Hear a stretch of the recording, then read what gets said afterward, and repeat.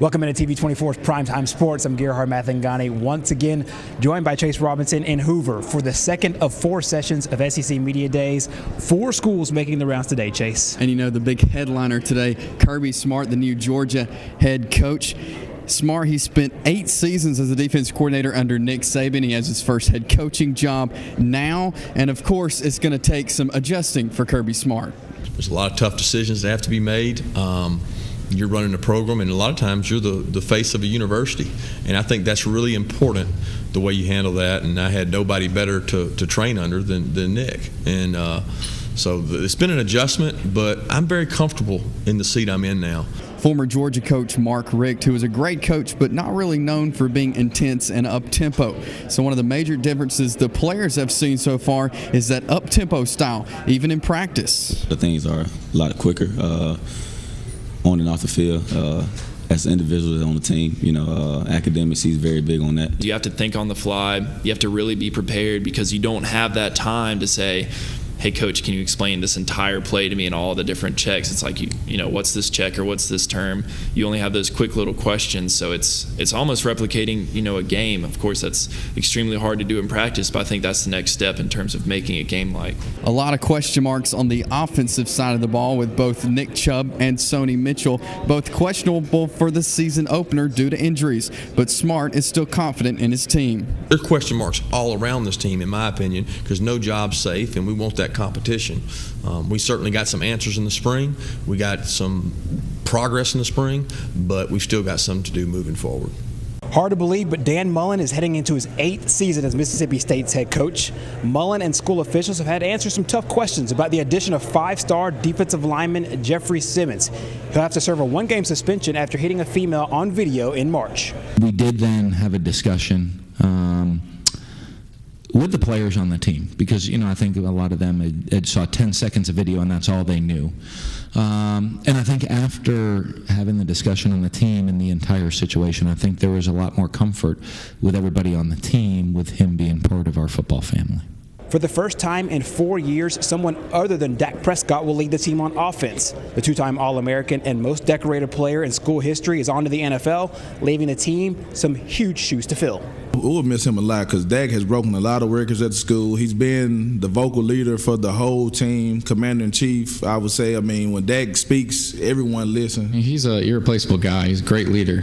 Broke a lot of school records. But what I think is different is that we have 4 young guys that are super talented. They're going to make their own identity, not necessarily be Dak, but be their own identity, not necessarily replace him, but still be great in their way. A program that has not been at the top in recent years, the Tennessee Volunteers. The Vols have a returning quarterback in Josh Dobbs who could possibly make a run at the Heisman Trophy, and a field full of other returning players. So there's some high expectations in Knoxville. We have the highest expectations from ourselves. So we're holding ourselves to a high standard, you know, how we perform on the field, in practice, in workouts, in the little details and the things you might not want to do, but performing those details to be great. We focus on each other. We focus on, you know, having each other's back. We focus on developing, and, you know, that's what we see from an internal standpoint. Our mindset and our work ethic that we've put, you know, that we've been through in the off season, starting in the spring and then in the summertime, and leading forward into the season, just putting those X's and O's into motion, and be ready to go each and every Saturday. You have to embrace the expectations because, you know, you want to be in a program that's relevant. In all these individuals, we spoke about getting Tennessee football back to relevance, and that's why you come to the University of Tennessee. That's why you coach at the University of Tennessee, is you want those expectations. But that's no more, no less. It's what you do with them. Texas A&M quarterback Trevor Knight has twice been a part of media days in his career, both of them in the Big 12. The former Oklahoma star will spend his final season of eligibility in College Station as the leader of the Yagi offense. In 2014's Sugar Bowl, Knight threw for 348 yards and 4 touchdowns in Oklahoma's win over Alabama, and he says he's ready for a full season of SEC defenses. I played Tennessee twice, got to play against Alabama, so I know what it takes, and it's certainly a situation in which you have to prepare like you're playing, you know, in the national championship each and every week, because any team in the SEC, whether it be the West or the East, can knock you off week in and week out. So it's certainly a heightened awareness as you go through preparation throughout the week. Coach Mullen did not beat around the bush when it comes to his team's improvement. He says being able to stop the run consistently is the first priority, but he's also happy with how far this program has come in the short tenure in this league. We've got to get better at run defense. We've got to do that in this league.